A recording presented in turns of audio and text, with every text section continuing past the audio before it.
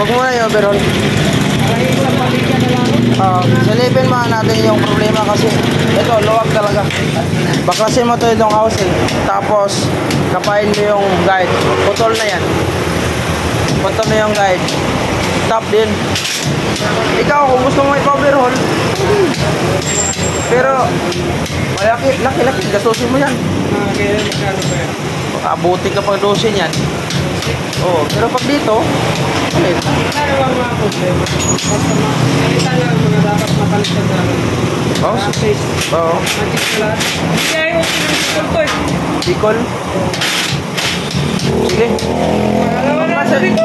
Baklasin na muna. Top. Oo.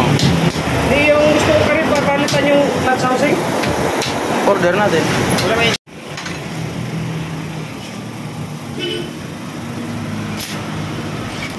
Dapat na.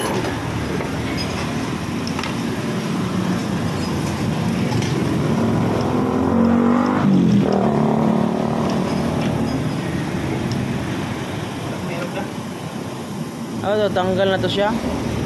Wala na rin itong guer.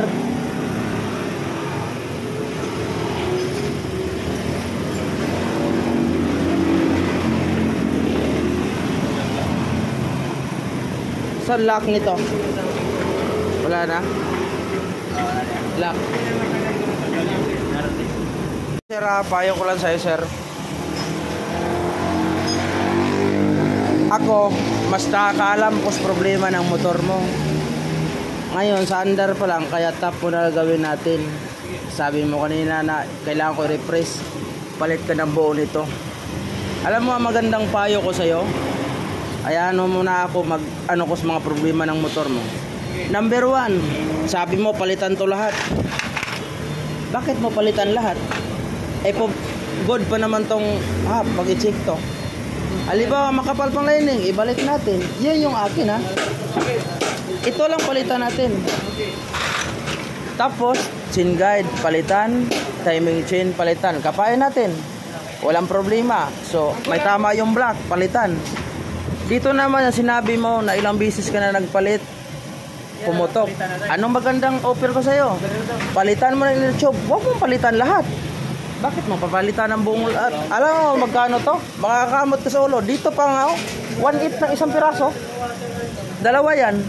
Outer tube, spring sa loob, buong assembly. Abutin ka 7,000. Ang black, magkanong black? Kulang-kulang 5,000. Crankshaft, magkano yon? Nasa kulang-kulang 8,000. Kaya ang taas ng presyo ngayon. Kung may sapat ka na budget, walang problema, sundin ko yung sinabi mo. Pero ang aking payo, para makaminos sa gastos, palitan ng block, palitan ng guide, chain, hasa valve, palit ng valve seal, palitan ng housing. Check natin to. Pag good to, balik. Pag hindi na good, palitan. Ang lining pag good, ibalik. Ang plate pag good, ibalik. Ang hub pag good, ibalik. Pag pudpod, palitan. Ito namang isisor mo, sira na. Mamimili ka, papiliin kita. Gusto mong assembly, 1,000 plus. Kung gusto mo ng gear, mayroon tayong gear, pamalit. So, ang mai-recommend ko yan, kung gusto mong minus na gastos, mayroon tayo na palitan natin ng bago, gamit yung gitna. Kung gusto mo na may pira ka, palitan mo ng buo. Mamimila ka lang. Pero 1,000 plus yan. Kaya handa sarili mo. Kaya maraming customer nagsabi sa akin ganyan na, sige, pagdating sa bill, ang laki pala, hindi mo sinabi. Ayun, nangyari. Kaya ayaan mo, titingnan ko yung makina mo, nakita ko yung problema. Kung walang damage, yun yung sinasabi ko sa'yo kanina.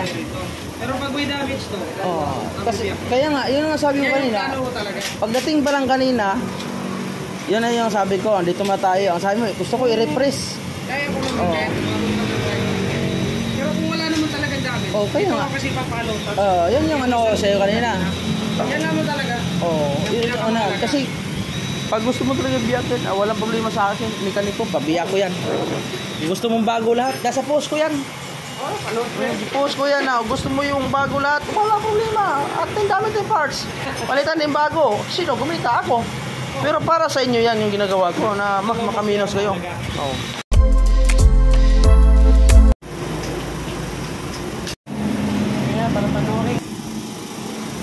Ginawang iba.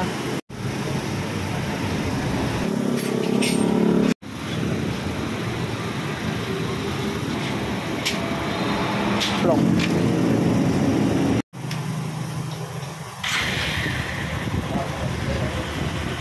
Layo na kanina.